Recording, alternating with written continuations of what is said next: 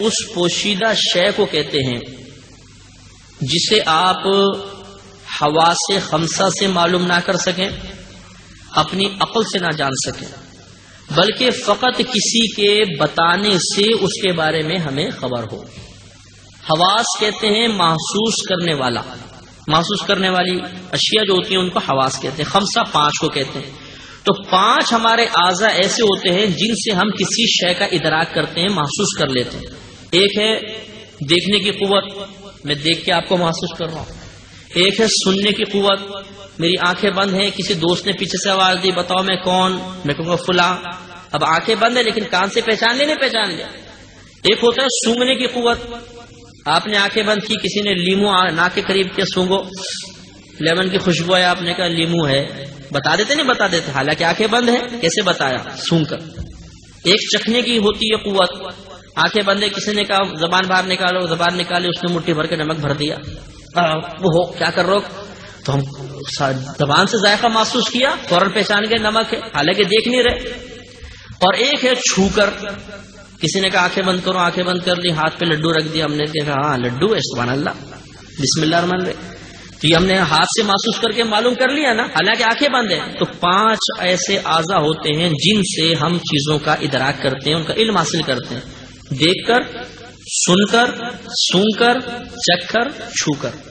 اور ایک عقل کے ذریعے، جیسے ڈاکٹروں نے اسٹیتھوسکوپ ایجاد کر لیا، کان میں لگایا، یہاں پہ رکھا، اب ٹک ٹک ٹک ٹک ٹک ٹک دل کی دھڑکن سن رہے نہیں سن رہے، یہ عقل کے ذریعے۔ الٹرا ساؤنڈ کی آج ٹیکنالوجی آپ دیکھیے، اب تو الٹرا ساؤنڈ یہ بتا دیتا ہے کہ پیٹ میں لڑکا ہے کہ لڑکی۔ اب یہ کانسیپٹ اڑ گیا، ختم ہو گیا کہ یہ کوئی اگر عقیدہ رکھے کہ یہ بتا دے کہ پیٹ میں لڑکا ہے کہ لڑکی تو کافر ہو جائے گا، کیونکہ تو اللہ ہی جانتا ہے، یہ تو الٹرا ساؤنڈ بھی بتا دے گا۔ تو نبی تو بہت اعلیٰ ذات ہوتی ہے۔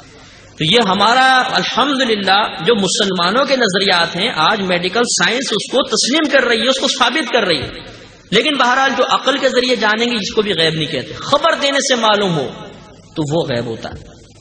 مثال کے طور پہ جنت آپ نے دیکھی ہے، آپ نے اس کو سونگا تھا، آپ نے اس کی آواز سنی، آپ نے چکھ کے معلوم کیا، آپ نے چھو کر معلوم کیا، کوئی ایسا آلہ ایجاد کیا کہ جس کے ذریعے آپ نے جان لیا؟ نہیں۔ کس کے بتائے سے پتہ چلا؟ نبی کے، تو وہ غیب ہے۔ اور نبی نے بتایا نہیں بتایا؟ نبی نے بتایا تو اس کا مطلب نبی کو غیب ہے۔ تو نبی کو غیب کا علم ہوتا ہے، لیکن وہی بات ہے کہ اللہ کو بھی غیب کا علم ہے، نبی کو بھی ہے، لیکن اللہ کا ذاتی، نبی کا عطائی، اللہ کا غیر فانی، نبی کا فنا ہو سکتا ہے، اللہ کا لا محدود اور نبی کا محدود۔ یہ ذرا فرق آپ ذہن کے اندر رکھیں۔ خود اللہ نے واضح طور پہ قرآن میں ارشاد فرمایا وما ہوا علی الغیب بضنین، یہ نبی غیب بتانے میں بخیل نہیں۔ یہ نبی غیب بتانے میں بخیل کسے کہتے ہیں؟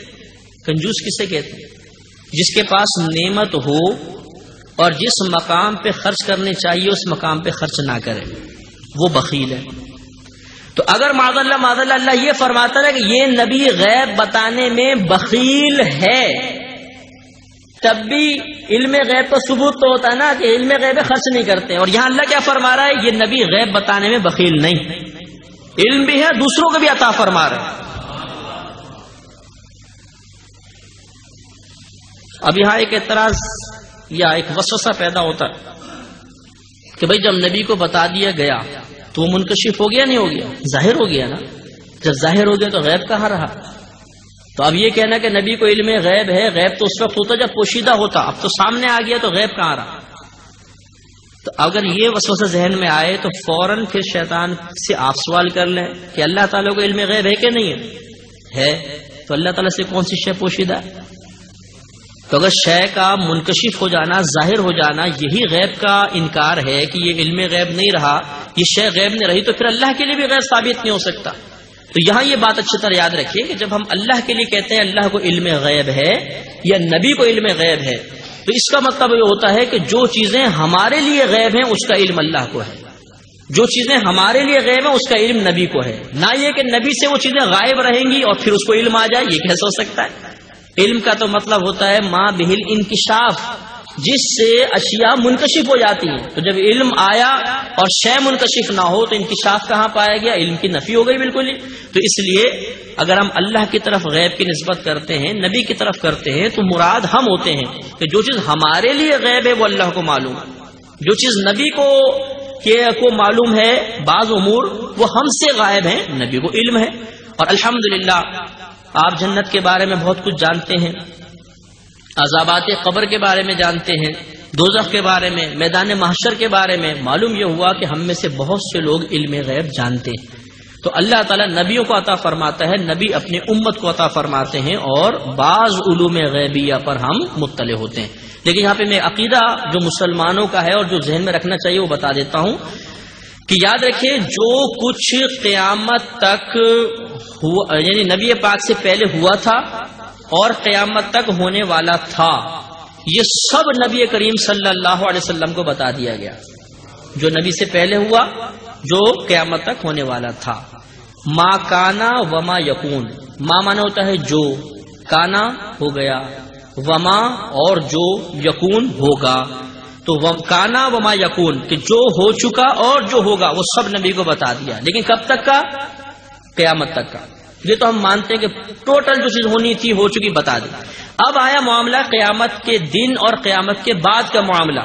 تو اس کے اندر مسلمانوں کا نظریہ یہ ہے کہ نبی کریم صلی اللہ علیہ وسلم نے ان کی بعض چیزوں کے بارے میں ارشاد فرما دیا.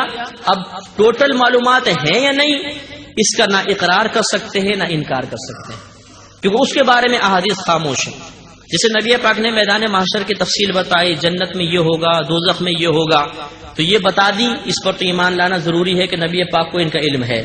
کیا ان کے علاوہ جو معلومات اور مزید ہیں اس کا علم ہے کہ نہیں ہے؟ تو نہ اس کا اقرار کہیں ثابت ہوا ہے نہ انکار ثابت ہوا ہے. تو وہاں پر کف لسان ہوگا، زبان بند کریں گے، اور باقی قیامت تک جو کچھ ہوا ہونے والا تھا سب بتا دیا. اور قیامت کے بعد کے بعض معاملات نبی نے جو ذکر کر دیے اس کا علم ہم نبی پاک کے لیے مانتے ہیں.